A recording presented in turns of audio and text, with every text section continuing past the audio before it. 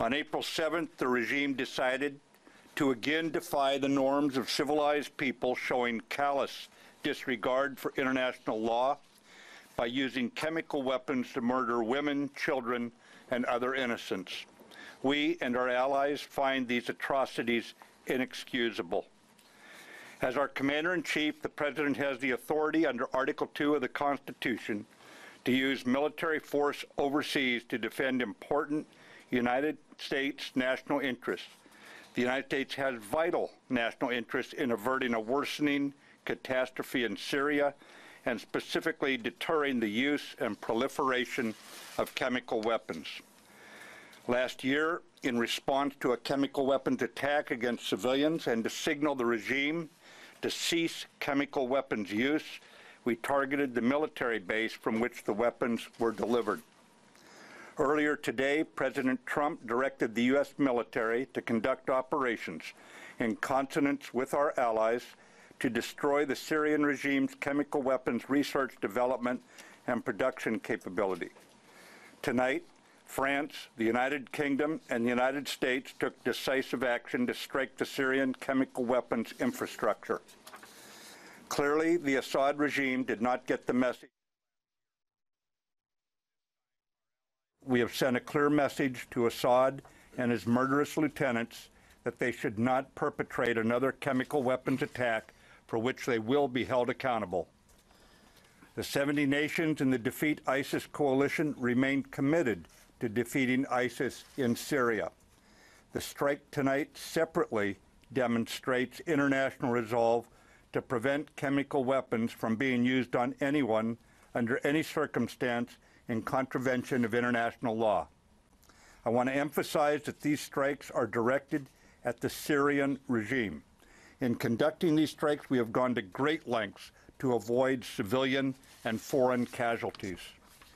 But it is a time for all civilized nations to urgently unite in ending the Syrian civil war by supporting the United Nations-backed Geneva peace process.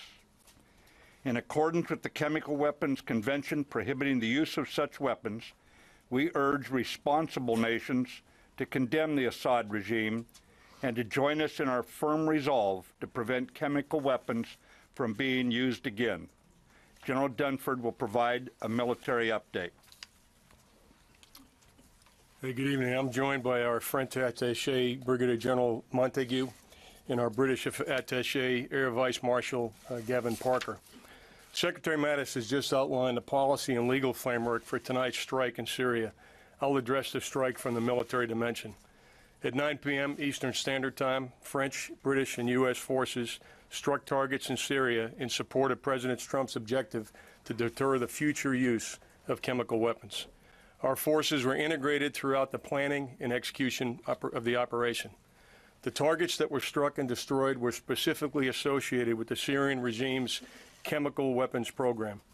We also selected targets that would minimize the risk to innocent civilians. The first target was a scientific research center located in the greater Damascus area.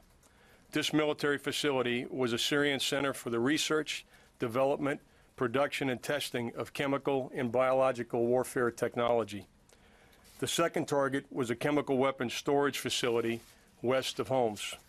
We assessed that this was the primary location of Syrian sarin and precursor production equipment. The third target, which was in the vicinity of the second target, contained both a chemical weapons equipment storage facility and an important command post. U.S., British, and French naval and air forces were involved in the operation, and for reasons of operational security, I won't be more specific this evening. Before we take questions, I'd like to address how this evening's strike were qualitatively and quantitatively different than 2017. Last year, we conducted a unilateral strike on a single site. The focus was on the aircraft associated with the Syrian chemical weapons attack in April of 2017. This evening, we conducted strikes with two allies on multiple sites that will result in a long-term degradation of Syria's capability to research, develop, and employ chemical and biological weapons. Important infrastructure was destroyed, which will result in a setback for the Syrian regime. They will lose years of research and development data, specialized equipment, and expensive chemical weapons precursors. The strike was not only a strong message to the regime that their actions were inexcusable, but it also inflicted maximum damage without unnecessary risk to innocent civilians. And with that, the Secretary and I would be glad to take your questions.